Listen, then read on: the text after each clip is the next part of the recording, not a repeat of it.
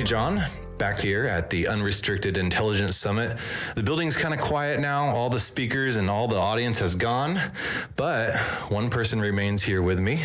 One of the people that helped to put this event on, and the keynote and the final speaker as well. And one of the, I guess, the main figure of Morpheus as well. And Morpheus is, I guess, the project that put this event on, correct? It's one of the co-hosts, one of the community members, and I'm a humble contributor to the open source, and that's as cool somebody in an open source community would and probably should say too, right? Is David Johnston. Not Daniel Johnston. That's the Austin iconic artist, but we are in Austin. David Johnston. Yep. Yeah, we were just talking about Daniel Johnston, and if you haven't heard his music, it's just pretty interesting stuff. So it's definitely iconic Austin. So yeah, but that's a whole other subject all in itself. We'll sit here with David Johnston, and tell me a little bit about yourself, and then we'll get into Morpheus and a problem that Morpheus solves. So First you. So, I've been in the crypto space since 2012. I was lucky to be an economics nerd. And so the idea of, honest money was really attractive to me, right? Something that was controlled by mathematics and not politicians. Okay. Sounded pretty great. And so, basically started, putting my capital and my time into Bitcoin. Spoke at some of the first conferences in 2013. And, just really realized there was a whole vision, not just for Bitcoin, but for building this whole tech stack of smart contracts with Ethereum, then we got Filecoin, decentralized cloud, and now with all these decentralized AI projects, it's really exciting to sort of come from these base layers all the way to something people can use in their hand today. It's really been amazing to watch. Yeah, so protocol based, right? Yep. And by protocol, I mean a set of rules, not like Google says, don't be evil, but can't be evil, right? Yep, that is the motto, right? So I sort of want to spend the rest of my life transitioning the world from violence-based consensus mechanisms, like traditional governments or nation states, to math-based consensus mechanisms. So I think that will give people much better outcomes. Okay, so violence-based consensus mechanisms, meaning basically, if you don't do it, we will shoot you. Or put you in prison or a cage or whatever. It's effectively the any same. Coercive use of force. I don't think coercion or violence gives you good outcomes, right? And so you look at the best places in the world, they tend to have a lot of space for personal property, personal choice, what you call freedom or liberty, right? Not only in your speech, but in the things you can own, the work you can do, the value you can create for others. Those tend to be prosperous societies people want to go towards, right? And so what I see crypto doing is extending that in a whole new way, where now we have property rights secured in cryptography. Okay. We have property rights secured in math, not in the arbitrary decision of a regulator or the arbitrary decision of a judge. It's something where you hold those keys, you own those coins, right? Okay. And I think that's much more interesting. And you look at the global adoption. Where's the highest adoption? Yeah. It's in Nigeria. It's in Turkey. It's in, places like Argentina. It's in places like Vietnam, right? So a lot of those have crossed almost 50% crypto ownership in those jurisdictions. And it's because they don't have good property rights. And so all of a sudden they have an option that's honest and isn't arbitrary and can't be taken away from them. They can take that value anywhere they go. It works on their phone, and they can't be excluded. Like, imagine living in Nigeria and told your entire life you cannot access the global financial system. I'm sorry, you're from the wrong country, and so we're just going to block all 200 million people from accessing basic financial services. Like, that's not right.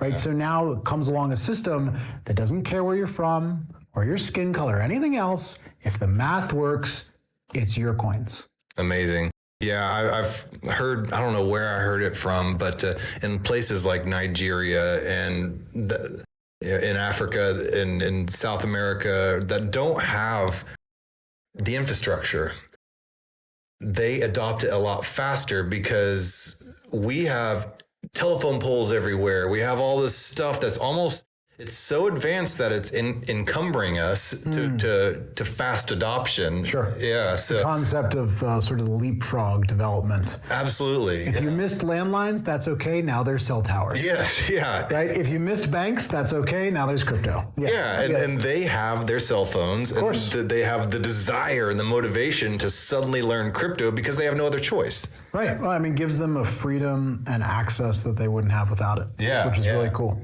Okay. So let's get on to Morpheus a little bit. Morpheus is not a company. It's an open source protocol, correct? Yep. Kind of like TCP/IP, what the web was built on. That was open and free to everybody originally. And a lot of people had originally envisioned the web to be before it got siloed into these walled gardens of Facebook and Twitter and all that stuff. Morpheus is an open protocol to keep AI decentralized. Am I correct in that? You know, that's a good way to describe it. It's like, how do you create a personal AI that you can own, that's connected to your Web3 wallet, that does what you tell it to do, and it's aligned to you as an individual. Yeah. Right? Not aligned to Google, not aligned to some company or government. It's your personal AI. Okay. Right? It's an extension of you. It's your data, right? It's your preferences. It's what you want to do. You know, for the same reason everybody wanted a personal laptop. Yep. Same reason everybody wants a personal phone. Like, people forget, it didn't start like that.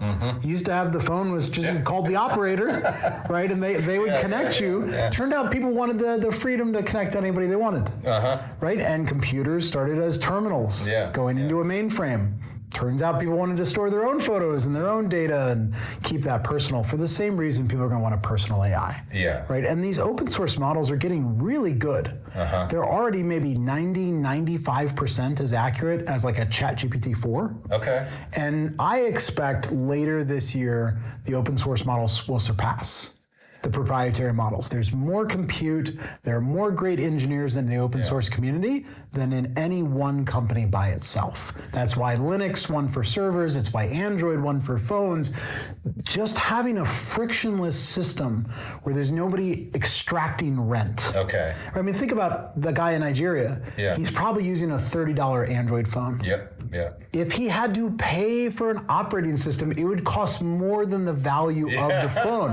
It doesn't make any sense, right? So 80 or 90% of all phones now are running on Android. Wow. For that reason, there's nobody extracting rent. You can use the operating system for free. Yeah, amazing. So I guess where the internet went wrong and steered a wrong direction, Morpheus is trying to keep AI from steering that wrong direction, would you say? Well, it's been a really interesting history, right?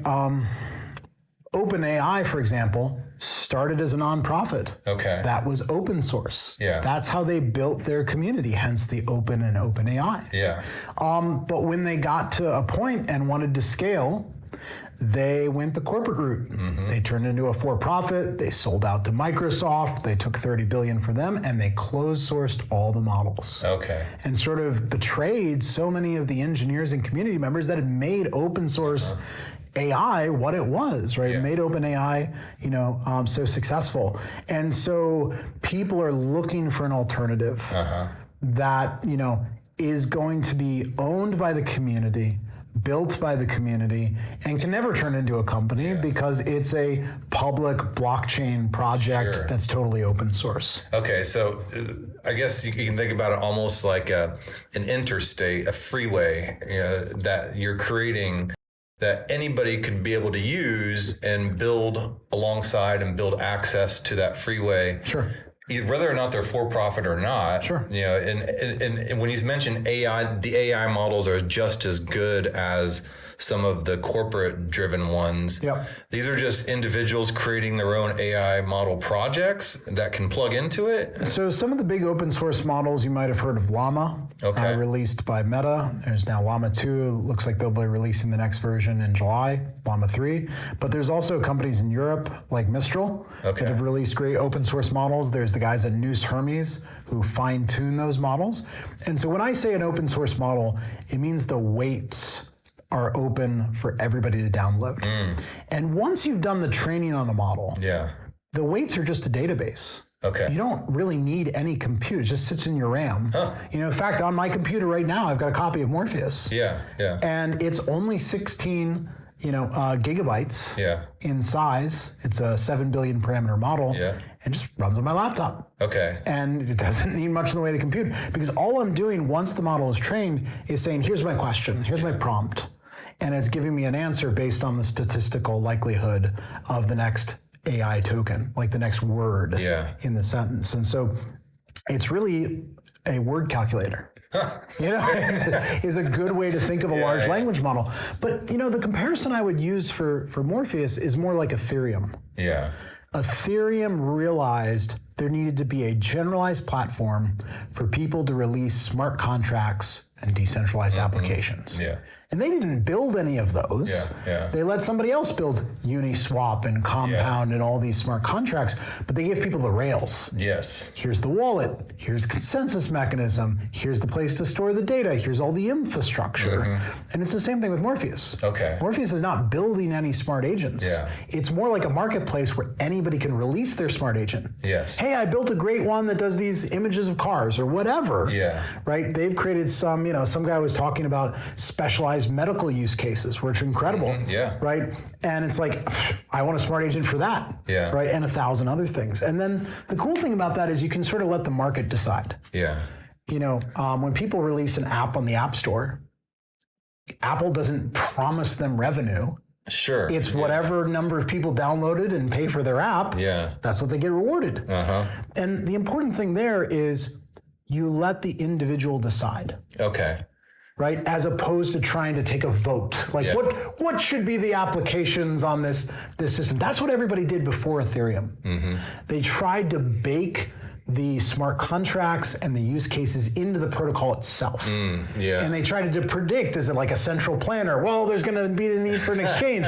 But they limited the intelligence of the people that could build to only a small team instead of like literally anybody. And Ethereum's breakthrough and brilliance was, no, just leave it open, let anybody build on it, and we're just going to provide the rails. And it is a generalizable protocol. Okay. So that's what Morpheus is doing, but for smart agents.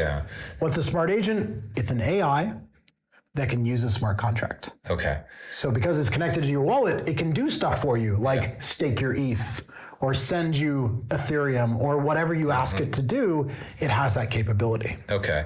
So and Apple, it costs a lot for a developer to be able to build and put an app on there. I don't know if Twitter allows people to do that anymore, but developers have to pay a large amount in order to build on that too. Sure.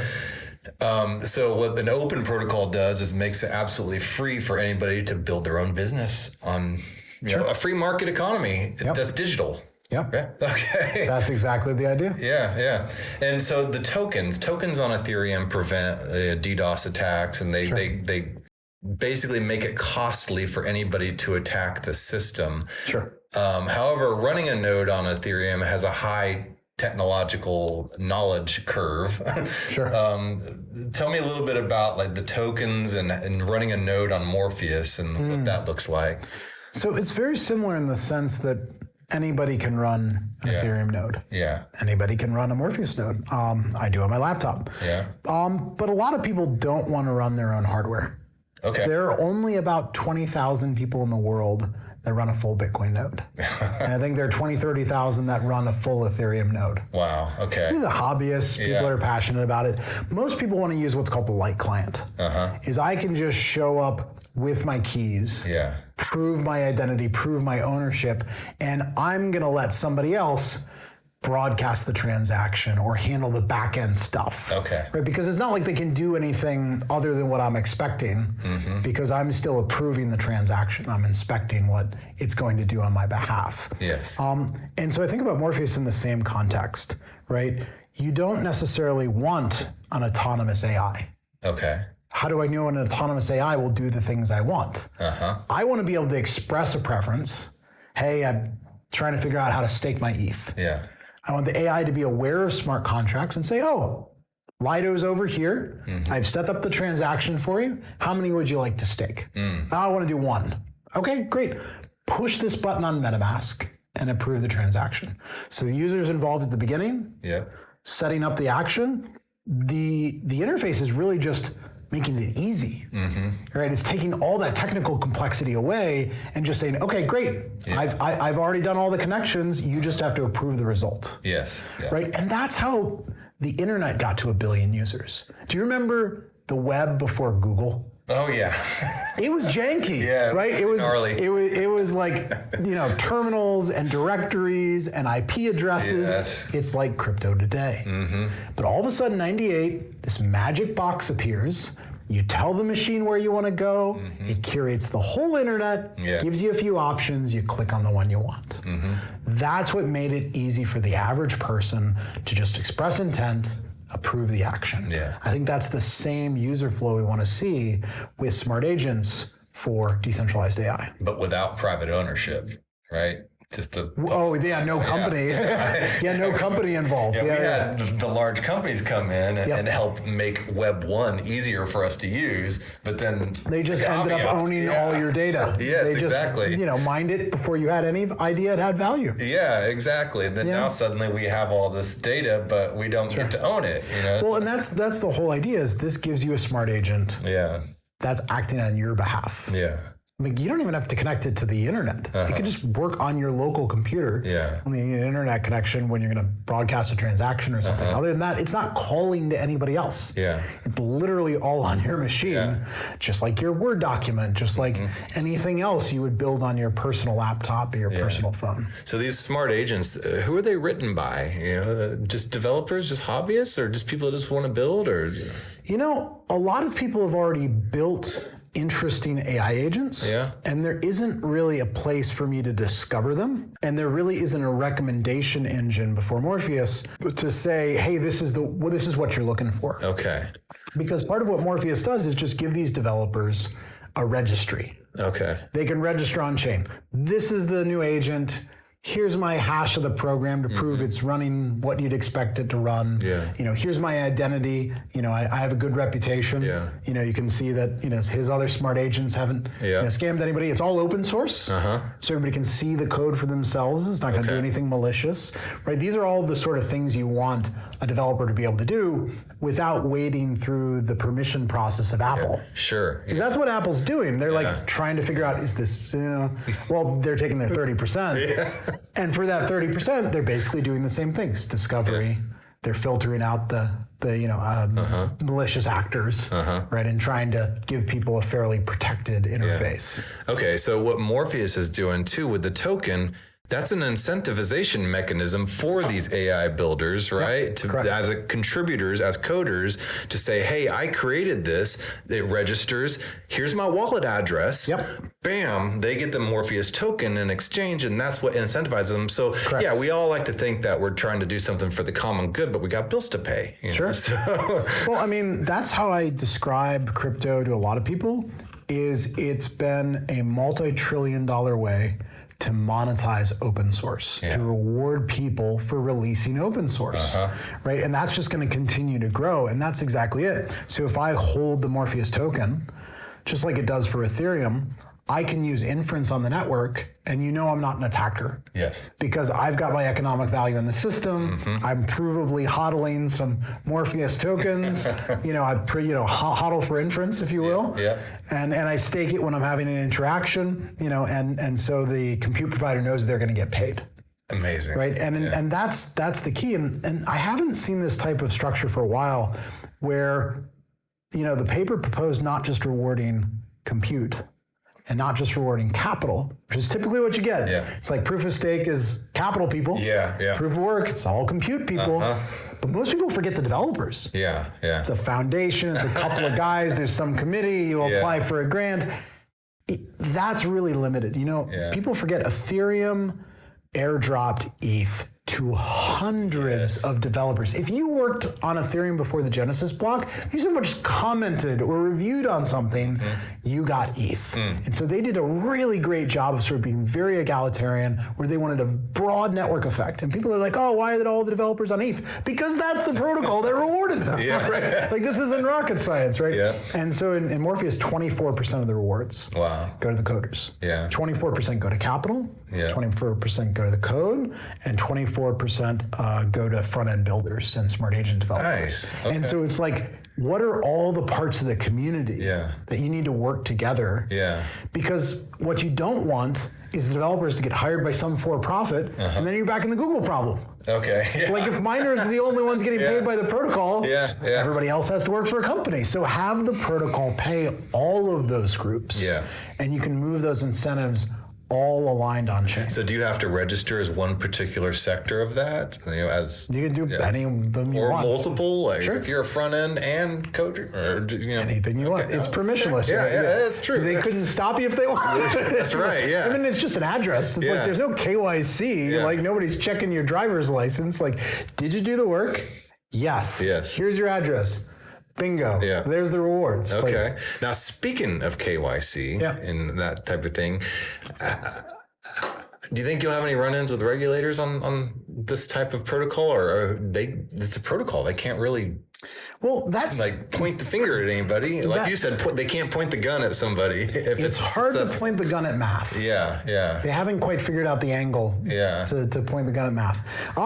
Most regulations come into effect when there's a custodian or when there's an intermediary. Somebody's holding funds on your behalf. Sure. There's no Morpheus company. There's no pre-mine. There's no token sale. The only tokens that will exist are people that cryptographically provably earned them, effectively doing a version of mining.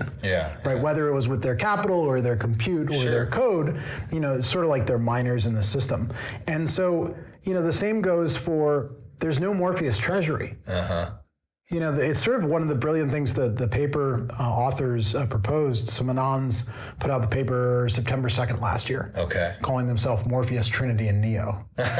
And I noticed later, September 2nd is Keanu Reeves' birthday. No way. Yeah, and I was like, hey, I wonder how long they held that. There's a bomb on the bus. A different movie. Different movie.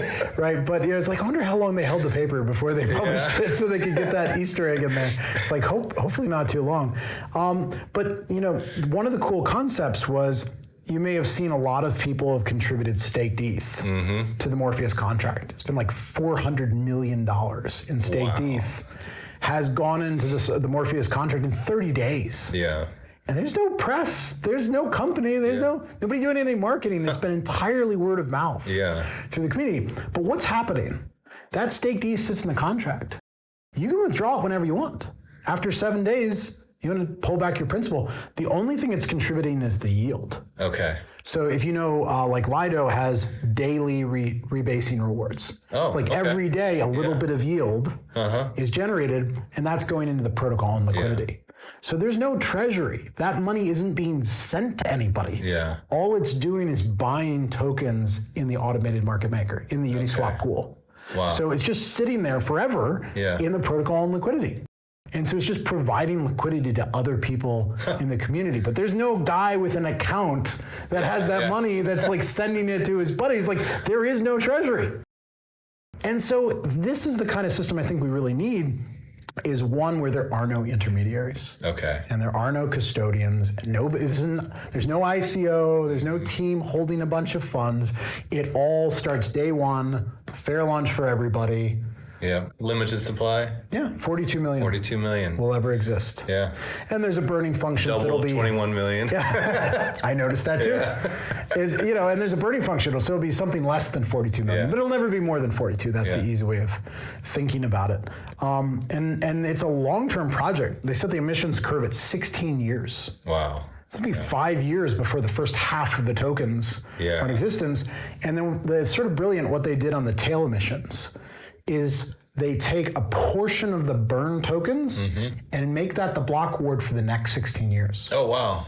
So you'll never exceed the 42 million, and it's always declining because it's only a part of the burned that ends up back as the block reward, but it goes for 256 years. And so, I like 256 as well. everything's computationally correct. Yeah. Base 2, good solid base 2 numbers. So I like the sort of long-term nature of the project. Yeah. Right. Somebody could discover Morpheus in a year, or in 10 years, or in 20 years, and still fairly compete for providing compute. Okay. Or capital, or code, or interfaces. Just like the guy that was there on day one. Yeah. Okay. And they just have to go in and just register with their wallet, right? And just say this is what I'm contributing. Yeah. That's it. Okay. It's got this concept of atomic governance where, anybody can register and release an agent. Okay. But if you're contributing code to like the protocol itself, to the reference implementation, it has to be merged in. Okay, I see. And who makes that decision? Whoever's maintaining the GitHub. Okay. But anybody can be a GitHub maintainer. It just takes a lot of work. Yeah. And so there aren't as many volunteers. You might have a few dozen people acting as GitHub maintainers. But it's really interesting. The game theory is they're only going to merge in a valuable contribution. Okay. Because imagine you came and said, hey, I wrote these 3 lines of code. I'd like 10% of the weights. I'm entitled. No thanks. Because it's a free market. So you think about it, like every month, the people that show up with the best code at the best price get merged in by the GitHub repo, and it's a competition. Okay, yeah. Competition over committees. Absolutely, which drives innovation because which drives innovation. Yeah. Amazing. Yeah.